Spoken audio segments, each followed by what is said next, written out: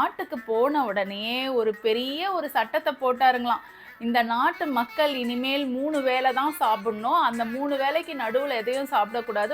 முக்கியமா கேப்பங்கூழு, கம்பங்கூழு, பழ வகைகள், அதே மாதிரி காய்கறி வகைகள் இதெல்லாம் எடுத்துக்கணும். மாதிரி இல்லாம கஷ்டப்படுறவங்களுக்கு அரசாங்கமே சாப்பாடு பொருட்கள கொடுக்கும் அப்படின்னு சொன்னாருங்களாம்.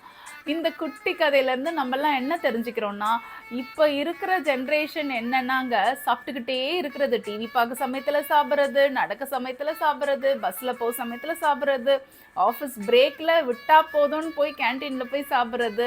அதுவும் என்னது பீட்சா, பர்கர் இந்த மாதிரி விஷயங்களை தான் நிறைய சாப்பிட்றாங்க. நமக்கு வாய் இருக்குது, பணம் இருக்குன்ட்டு இஷ்டத்துக்கு வாங்கி சாப்பிட்டுக்கிட்டே இருக்கக்கூடாதுங்க. நம்ம வயிறு ஒன்றும் குப்பைத்தட்டி கிடையாது, தொடர்ந்து சாப்பிட்டுக்கிட்டே இருக்கிறதுக்கு. 3 வேளை சாப்பிட்றது ஆரோக்கியமான உணவாகவும் இருக்கணும். அதே மாதிரி உடற்பயிற்சி ரொம்ப முக்கியங்க. இந்த குட்டி கதை உங்கள் எல்லாருக்கும் பிடிச்சிருக்கோன்னு நினைக்கிறேன். அடுத்த குட்டி கதையில் உங்களை சந்திக்கிறேன். நன்றி, வணக்கம்.